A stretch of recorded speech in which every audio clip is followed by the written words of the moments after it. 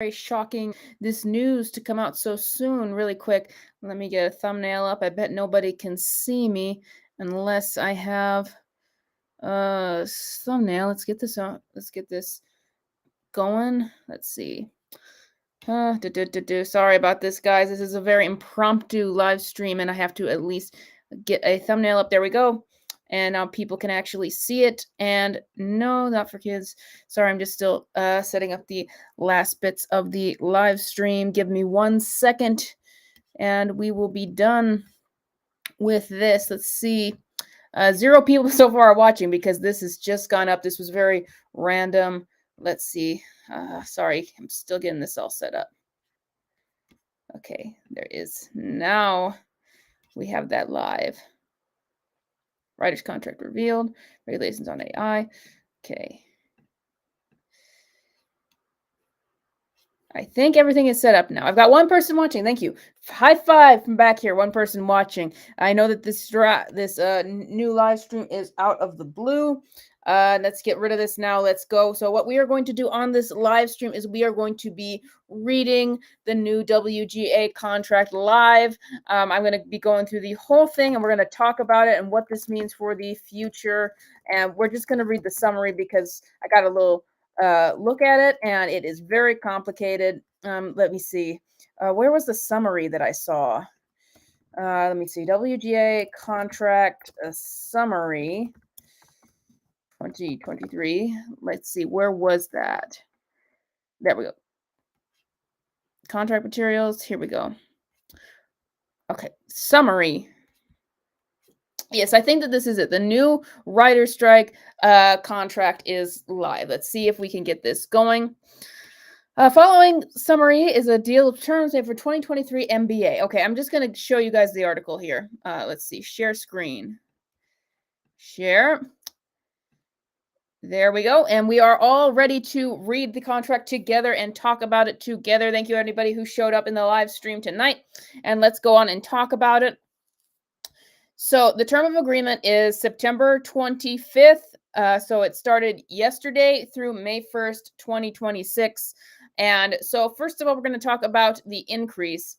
So pay increases looks like it's going to be 5% initially, 4% next year, and 3.5 on 2025. So that is a total of how many?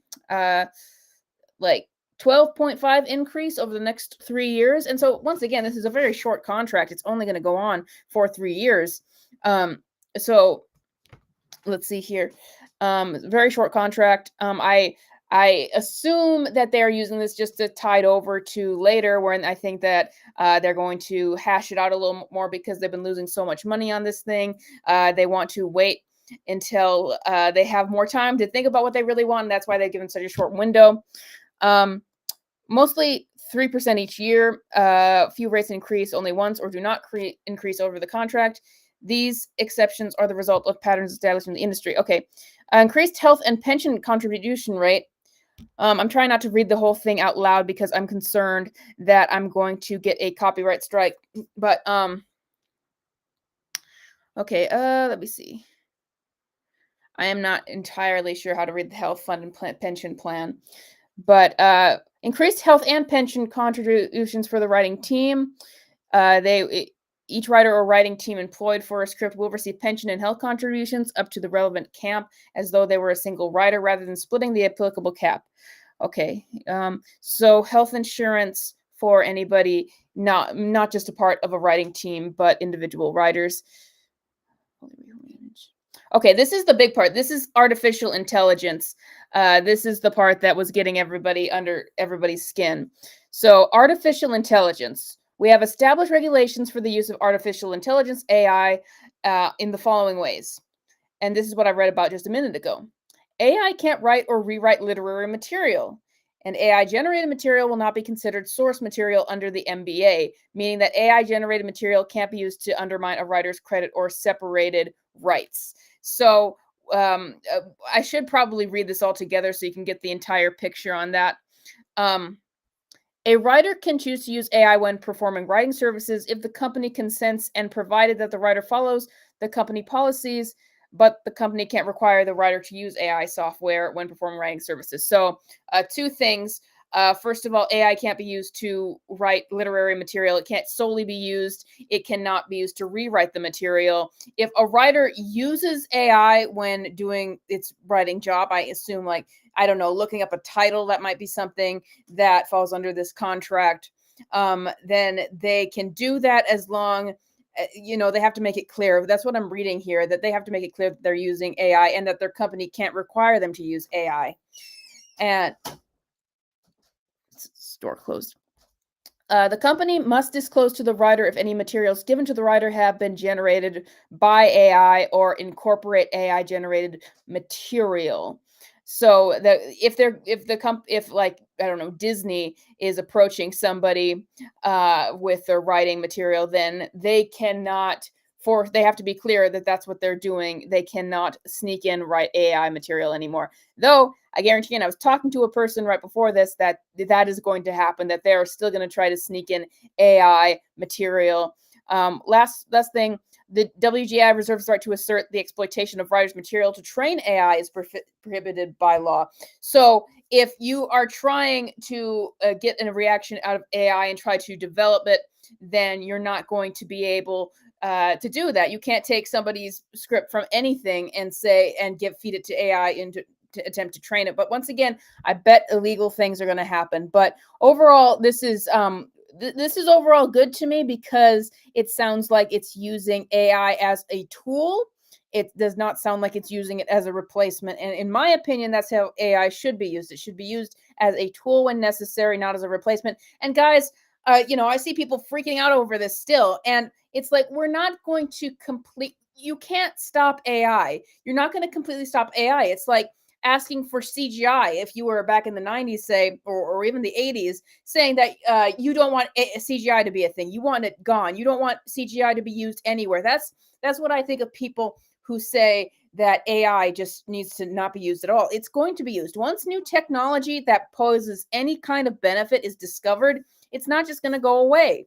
And you need to understand it. And, we need to have regulations. We've seen a lot of problems arise with AI already, but you need to have regulations on it. You can't just pretend that it's all going to go away. And so that's why I think that this contract, I think that this is the best that they could have gotten with this, honestly. I think that this is the absolute best that could have happened with this contract. But anyway, that was a huge hurdle, artificial intelligence. I want to find out what was going on with the writer's room, because they were saying that they want to have 12 people in each writer's room, and that makes no sense to me. So let's see if we're going to get to that next. Improved terms for screenwriter employment. I think that this might be the section that I was looking for. Guaranteed second step. A second step is required whenever a writer is hired for the first draft screenplay for 200% of minimum or less, including original and non-original screenplays. A second step is required. So this is some jargon that I'm not sure about. Let me see. A second step is required. I'm not sure what that means, but let me see. This is a flat deal. Screenwriters hire on a flat deal basis for 200% of minimum or less must be paid 50% of their fee on commencement. Okay, this is just some sort of jargon that I need somebody else to help me with. It sounds like this part is just how much you get paid. Like if you're getting paid a flat deal, then there's certain because if you're getting paid a flat deal, then it just sounds like the amount of a deal that you get at a certain point. Like, I don't know, a stipend. Let me see. That part is a little confusing to me. Streaming features. This is important. Streaming features. Oh my goodness, this is important. This is an important part, you guys. Okay, streaming features. This is about what you're going to get paid if you get a streaming feature. When a feature-length project is made for streaming with a budget of $30 million or more, the minimum initial compensation for a story and teleplay is $100,000. Wow, that's a lot. But that has to be a feature-length project for $30 million or more. Like, what is the average budget of a Netflix feature? Let's see how much that is. Netflix typically allocates 100 and 250 million for a single movie. So, what I think is going to happen with this is I think that they're going to say, oh yeah, it costs so much to pay the writers for this now. We're not going to have budgets that high. I think they're going to lower budgets, but wow, that is a lot of money. 18% increase and a 26 increase in the residual base. Once again, huge strides combined with the foreign residual improvements described below. This results in a 3-year residual of uh 200,000, 216,000 for projects on the largest services, a 49% increase from the 144,000 under the 2020 MBA. That is a huge increase. Of course, you have to be lucky enough to write for a Netflix feature. Okay, improved terms in high budget subscription video on demand. This is all high budget stuff here. Okay, increased foreign streaming residuals. Let me see. Let me just skim this really fast to see what it says.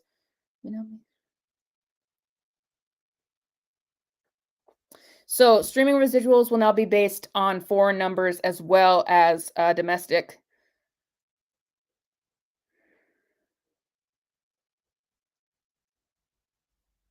For instance, Netflix 3-year foreign residual will increase from the current $18,000 for 1-hour episode to $32,000. So these are massive increases.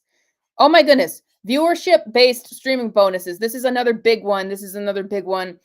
Because one of the huge things with streaming was that this is a huge one because they would not show us their numbers. And so this is the part of the contract where we're going to get into how the actual numbers of streaming reflects on the writers. Okay. Viewership based streaming bonus. The Guild negotiated a new residual based on viewership made for HBS VOD video on demand series and films that are viewed by 20% or more of the service's domestic subscribers in the first 90 days of release. The subsequent get a bonus. With views calculated as hours streamed domestically of the season or film divided by runtime. So if you get a show that gets 20% or more of the show's domestic subscribers in the first 90 days, then you get a 50% bonus. That's what it sounds like. So these seem like they could result in really big bonuses, but it depends. It seems 20%. 20% or more of the service's domestic subscribers first 90 days of release. That seems like a high bar. So I guess that's fair. It will take place after January 1st. Streaming data transparency, that's a good one. The companies agreed to provide the Guild, subject to a confidentiality agreement, the total number of hours streamed, both domestically and internationally, of self-produced high-budget streaming programs. The Guild may share information with the membership in aggregated form. So with that confidential line, that sounds like the Guild is going to be able to know how many people are actually watching these shows, but that does not seem to affect the public. So streaming services are still going to hide their numbers from us. Premium for pilot and backup scripts, 150% pirate premium and 115% backup script premiums will now apply for programs made for HBS VOD. Okay, I'm not like some of the stuff I understand, some of it I need some help on. Okay, number 8. How much long? Yeah, I'm halfway done. So, high budget programs made for ad supported streaming services. The equivalent programs made for, and that's just more on advertising and what that residual means. Now, weekly pay increases. That's interesting. The minimum weekly rates will increase by the overall minimum of 5 to 4 to 3.5%. So this seems a little bit redundant from what we said in the beginning, but this says weekly, of course. So is this talking about something that's going to be ratified immediately? Writer-producer weekly rates will get 9.5% premium over story editor executive story rate. And that will go into effect 60 days after ratification. Okay, right. Okay, so here's the weekly minimums. So this is a little bit confusing It says here if you work up to 9 weeks, you get over $11,000. If you work up to 19 weeks, you get $9,000, and you work up to 20 plus weeks, $8,000. Why does it go down? I don't understand. Um, and see, this one goes up. I don't understand why this one goes down. See, this is stuff I don't understand. Okay, let's move on to development room premiums. I think we're getting to the staffing. Okay, we're getting up to the staffing thing, which was the other thing that I really wanted to read about. Writers of any working title in pre-greenlit rooms of at least 3 writers. Okay, so they didn't do the 12 writers need to work on each show thing. It doesn't sound like. If a writer, the premium doesn't apply. So it sounds like you get a premium if you work for 19 weeks, but not if you work for 20 weeks. So I don't understand that so much because I would think that if you work longer on a show, that would mean you get paid more. The development room rates will be 25% high above the highest regular room rate. These rates will go up into effect. New contracts beginning 24. Okay. A little bit confusing, but it does not sound like they did the 12 writers need to work on each show thing. Okay.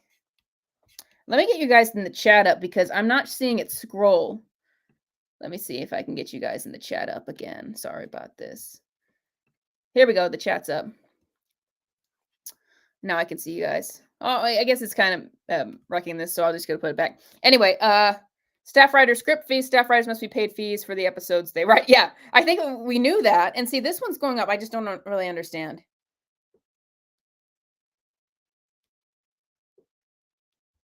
Wait, is this saying that a writer producer would only get paid $14,000 a year? No. That's just talking about this first year about it. This is how much you would get paid in 19 weeks. Okay. Okay, let me see. Okay, this is minimum number of writers. Okay, let's see. Once 3 writers are convened before a series order, at least 3 writers producing close short are guaranteed 10 consecutive weeks of employment. Development rooms where the writers are guaranteed 20 weeks or more post-screen leads. So minimum is 3 writers, thank you, including the showrunner. Okay, so now they're talking about how many writers need to be in the rooms in terms of the number of episodes.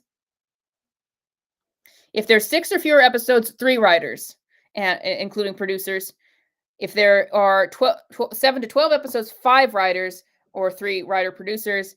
13 plus episodes means 6 to 3. So so the required amount for like a large show is 6 writers. Okay. I always think that the writers should I always think that you should get the amount of writers that make sense for a show, but at least saying 6 minimum for a certain show is a lot better than saying 12 minimum. That was ridiculous. Oh, let me see. And then okay, improved options, exclusive spam protections, Appendix A series for subscription streaming services. Let's see. Comedy variety series, employment work names. Just seeing. Let me see. I'm trying to see here because we've so far gotten through the 2 big hurdles, and so I want to because that was AI and the number of writers in a room was the big thing, and it seems like they've really resolved that in a good way. So I think that's pretty good. Oh, I'm to the bottom.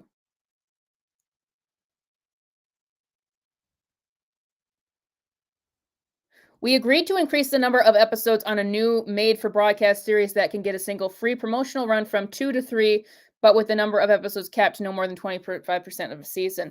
Some of this is industry jargon that I'm not privy to yet.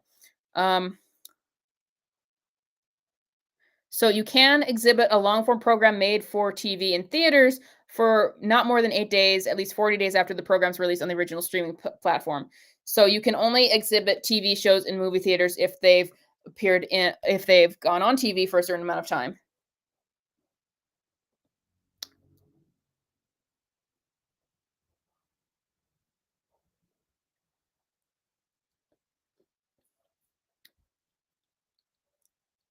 Okay, so this is like all of this summary right here was like in layman's terms, and so let me get back to it because I think I've read the whole thing. And I want to say just my thoughts on this. It seems like a good contract. It seems like there are areas, like just to my understanding, as I tried to read it quickly, it seems that there are areas where pay has been increased exponentially for writers, and there's other areas where it still seems kind of low, like if you're a part of a writer's room, that part. But again, that part just confused me a little bit. I love the fact that we don't have to worry about having 12 writers in a room. That was ridiculous. I think that the way that they handled AI was very satisfactory. Not to say that there isn't going to be, some malpractice on, the company's part behind the scenes, but everything seems really satisfactory. It is a 3-year contract, though, which means in 3 years from now, unless they decide something quick, then it is going to be another controversy. But overall, happy with this. Seems like good for the future of writing so far. I hope this results in better writing across the board. Thank you guys for this very quick impromptu stream reading out the contract. Thank you all for joining me, the few people who did. And I will see you guys next time.